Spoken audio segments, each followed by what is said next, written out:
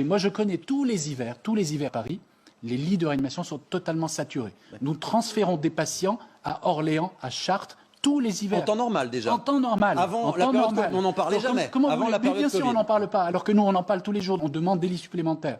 Rien ne nous est accordé. M6 Info. Cette dame est arrivée ce matin à l'hôpital. Le diagnostic est posé. Elle est grippée. Ces patients vont s'ajouter aux autres patients qui se présentent habituellement aux urgences et avec un encombrement des lits d'hospitalisation. Là, on est dans une situation où l'hôpital n'a plus aucun lit d'hospitalisation.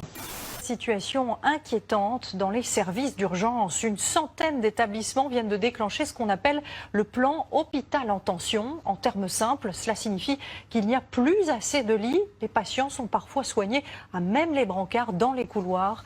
Une situation de crise qui devient permanente. Et vous allez l'entendre, les personnels sont à bout de souffle. Des brancards un peu partout.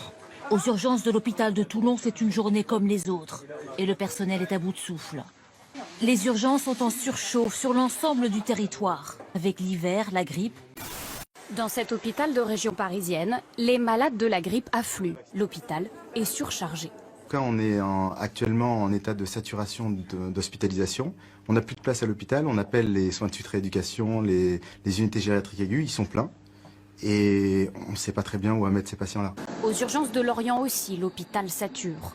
Dans les couloirs ce matin, les patients attendent parfois plus de 20 heures sur des brancards avant d'obtenir un lit. La pénurie de lits, un classique que l'hôpital de Haute-Pierre doit gérer chaque hiver.